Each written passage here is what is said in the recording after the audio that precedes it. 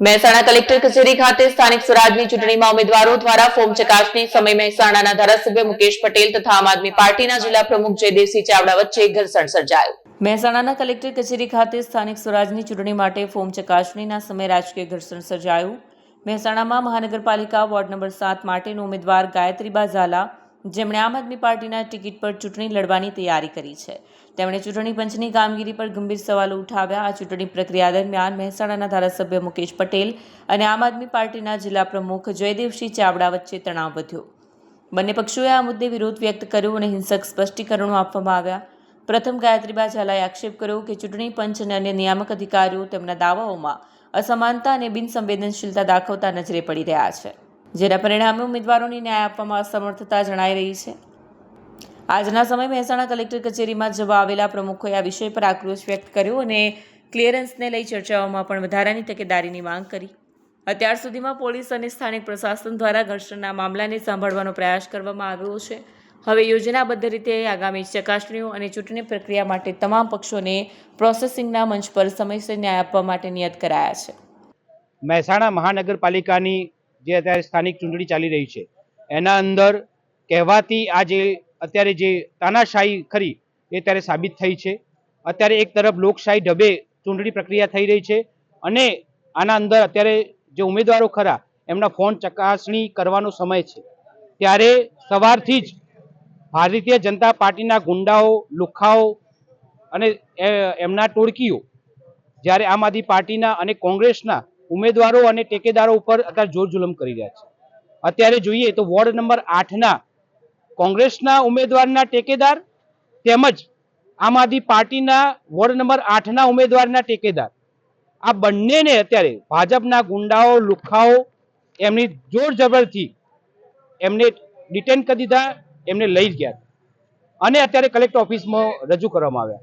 ત્યારે સદનસીબે જ્યારે એ લોકો અમારા જે દરખાસ્ત કરનાર ખરા એ જ્યારે અમારી પાસે આવ્યા અને એ જ્યારે રડી પડ્યા અને એમને કહ્યું કે ના, મારે જબરદસ્તી મને આ લોકો કરી રહ્યા છે, ત્યારે અમે એ લોકો એમના જે અમારા ઉમેદવાર ખરા દરખાસ્ત કરનાર એમને અમે અમારી રીતે બીજી એક જગ્યાએ લઈ ગયા છીએ અને સદનસીબે ભારતીય જનતા પાર્ટીના તાનાશાહીનો આજે જડબાતોડ જવાબ આપ્યો છે। દુર્ભાગ્ય રીતે કોંગ્રેસના જે ઉમેદવાર ખરા એમનું ઉમેદવાર પત્ર રદ થઈ ગયું, પરંતુ આમ આદમી પાર્ટીના ઉમેદવાર ખરા અમારા જયેશભાઈ પટેલ વોર્ડ નંબર 8ના એમનું ઉમેદવારી પત્ર એ મંજૂર થઈ ગયું છે।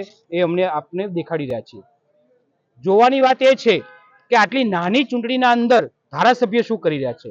સવારથી જ ધારાસભ્યોને કામે લગાડી દીધા છે કે કોમ કરીને પણ આમ આદમી પાર્ટીના તેમજ કોંગ્રેસના ઉમેદવારો અને એમના દરખાસ્ત કરનાર ટેકેદારો ખરા એમને જોર જુલમથી પણ એમને ફોર્મ વિડ્રો કરાવો।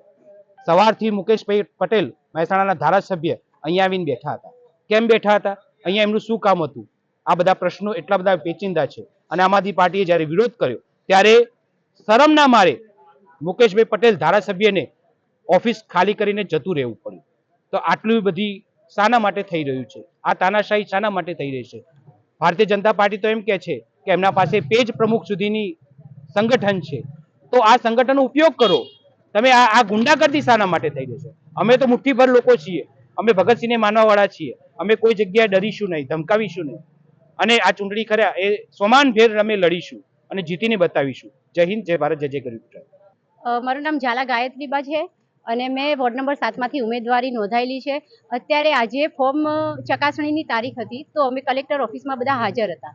તો અમારા વોર્ડ નંબર 8ના ઉમેદવારના ટેકેદારને તાનાશાહીથી ભાજપના કાર્યકરો દ્વારા એમને ઉપાડી જવામાં આવ્યા અને અચાનક જ એમને ત્યાં હાજર કરવામાં આવ્યા। તો અમારી નજર આવતા અમે એ લોકોને મહેશભાઈને બહાર લાવવામાં આવ્યા અને અમને એમને કહેવામાં આવ્યું કે મને જબરજસ્તી ઉપાડી ગયા હતા। તો પછી અમે એમને અમારી સાથે લઈ ગયા અને એમને સમજાયા।